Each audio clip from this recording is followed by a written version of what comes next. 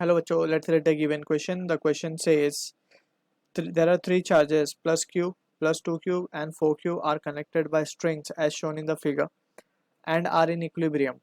What is the ratio of tensions in the strings AB and BC?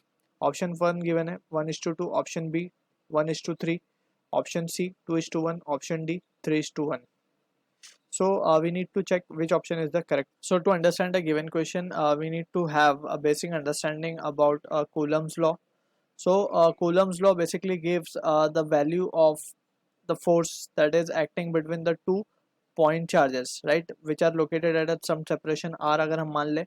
So we can say by Coulomb's law we can say this force या this can be either attractive force or repulsive force, right. तो हम यहाँ पे लिख सकते हैं जो force की value होगी in terms of magnitude can be given by F equals to K Q1 Q2 upon R square. ठीक है.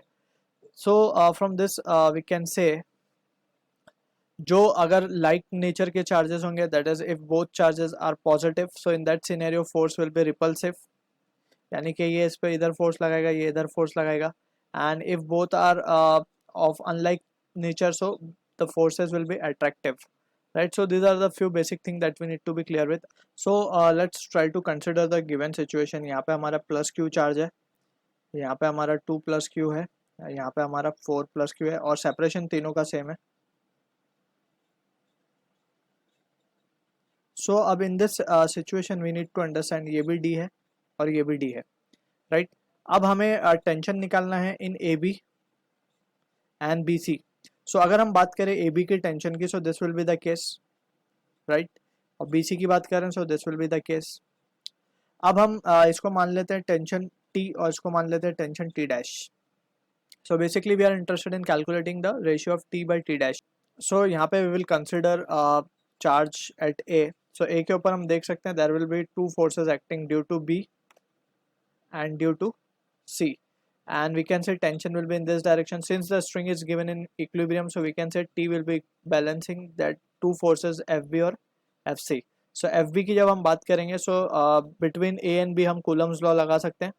So ये रिजल्ट आएगा 2KQ square upon D square plus C के वजह से जो फोर्स लिखी जाएगी that will be 4KQ square upon 2D का स्क्वायर यानी कि 4D स्क्वायर हो जाएगा. So this result comes out to be 3KQ square upon D square. So this will be the value of tension we are getting.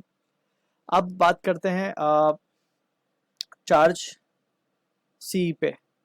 So C के ऊपर जब charge देखेंगे हम सो एक फोर्स लगेगा ड्यू टू B, एक फोर्स लगेगा due to A, right. So this under this scenario we can say tension T dash will be in the leftward direction and under equilibrium T dash will be balancing these two forces FB plus FA.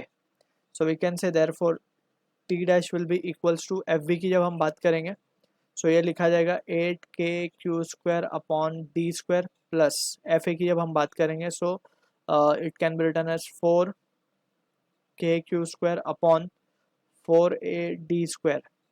so यहाँ से 4 तो cancel हो जाएगा. so ये result हमारे पास आएगा 9KQ square upon D square, right. So this will be the value of T dash. So finally हम क्या कह सकते हैं T dash T upon T dash हमें फाइंड करना है. सो T अपॉन T डैश हम लिख सकते हैं this will be coming out to be 1/3, right. Just हमें इक्वेशन 1 और 2 को डिवाइड करना होगा. So from this we can say option जो बी है हमारा is the answer to the question. I hope you understood the solution. All the best.